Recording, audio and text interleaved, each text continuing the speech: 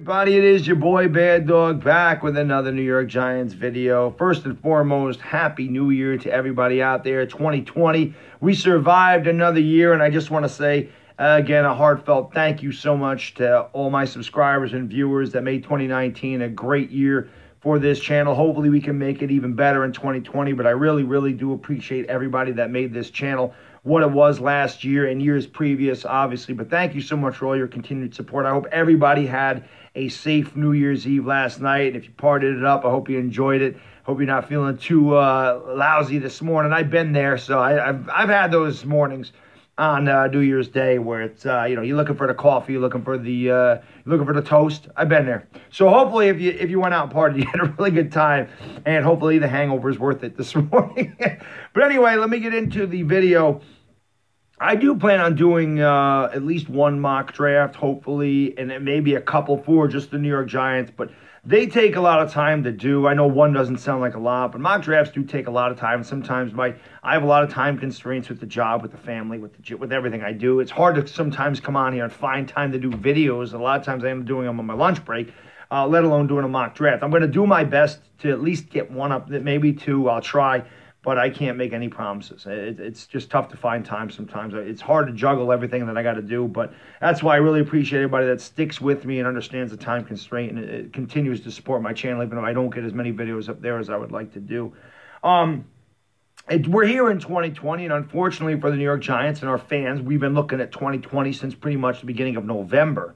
I did a video about 6 to 8 weeks ago about Chase Young and Andrew Thomas. Who would you want to take if they were both available? Now, obviously, beating the Redskins a couple weeks ago, we have fallen to number 4 as the Lions pass us as well. So Chase Young most likely not there. Almost impossible for him to fall to number 4. Stranger things have happened, but there's a good possibility that he is not there at number 4. I read an article saying that the Giants should try to trade up with Washington, but I don't believe in that. We'd have to give up way too much, and we have too many damn holes to fill on this team as it is. We can't afford to be giving away draft picks to move up to get one guy. One guy's not going to fix this team, although he would definitely put it in the right direction. No doubt about that. So the one thing I'm going to say, and I'm just going to, this ain't really a mock draft, but we're going to, for argument's sake, go like this.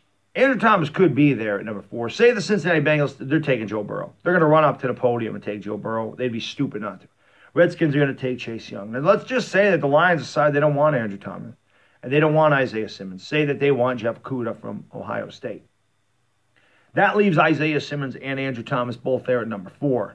If you're a Giants fan, who do you want? Now, you can get a good look at Andrew Thomas tonight as they play Baylor in the Sugar Bowl, 8:45 p.m. You get another good look at Isaiah Simmons in the national championship game against LSU. That'll be a really good test for Isaiah Simmons against that amazing offense. And trust me, being a Sooner fan, that's all I wanted to see of Joe Burrow, Justin Jefferson, and the rest of that LSU offense last Saturday. But it'll be a really good test. You can take a look at Isaiah Simmons on January 13th. You can take a good look at Andrew Thomas tonight.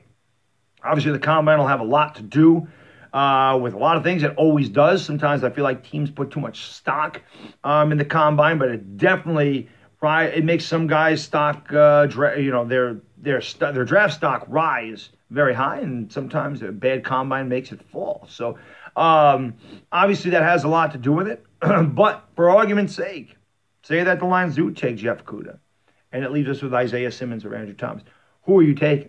Now, you see, we haven't had a good left tackle here in God knows how long. We haven't had a stud linebacker here in God knows how long. We haven't taken a linebacker since I started watching the Giants back in 1984 when we took Carl Banks in the first round. Been a long time since the Giants have taken a linebacker in the first round. Long time. I'm old as hell. They've done that. When I was 8 years old is the last time they did that. So we could definitely use both positions. There's no doubt about that. You definitely want a left tackle for your young quarterback, without a doubt. He got killed. Let's look at that Eagle game. That poor kid was getting killed. It didn't help that Jalapeno was garbage either. But Nate Solder's overpaid and probably stuck with him, but we could always move him over to right tackle. We could definitely use a left tackle. The offense seemed to be okay, a lot better than the defense. Defense is very important to the Giants. The Giants, when I was growing up, and since I've known the Giants, all of our Super Bowls have been predicated on defense. And we haven't had a really good, solid defensive superstar in I don't know how long. I don't remember the last time we had a superstar here. Was it Michael Strahan? Was it Justin Tuck? It's been years since we've had a guy where you could say, wow, that guy's a superstar. Isaiah Simmons could be that guy. where he changes the game with his play. He can be a great money backer. He's played a little bit of safety. He's a little undersized linebacker, but the guy who goes sideline to sideline like no linebacker in college. He runs a 4.45 540, and he is 6'4", so he is lanky, and he does have a lot of athleticism. So he could definitely turn the game around, as you saw that interception that he had against Ohio State. So he could definitely be a game changer as well. But now, because just say Andrew Thomas was, which one is more important to you guys? Left tackle, in my opinion, and it's just my humble opinion, and people love to get on me for my opinion, so that's fine. It is what it is. It comes with the territory. But in my opinion, the left tackle is your second most important position on your offense outside the quarterback. I think the left tackle is everything. Obviously, if your quarterback's left-handed, it's not as important. Your blindside protector, and most quarterbacks are right-handed. Our quarterback's right-handed. So left tackle is second most important on this team. I want Daniel Jones to be protected. I don't want Daniel Jones getting blindsided. We all know that he has a fumbling problem. So obviously, if he's fumbling the ball, when he's not getting blindsided, when he's getting blindsided, it's almost hard for any quarterback to hang on to the ball. I use Carson Wentz as a perfect example. Carson Wentz has fumbled 47 times in his career. Nobody seems to bat an eye at that, but Daniel Jones fumbles and the world is over for the New York Giants, and he's a terrible quarterback according to some people. It just cracks me the hell up how some people look at one guy one way and look at another guy another way. It just makes me laugh. Nobody points at the fact Lamar Jackson fumbled a ton last year too, and now he's probably going to win the MVP, but it is what it is. People are just going to hate on Daniel Jones, and again, I'm getting away from the topic, so I digress. But Andrew Thomas would certainly help him out a lot.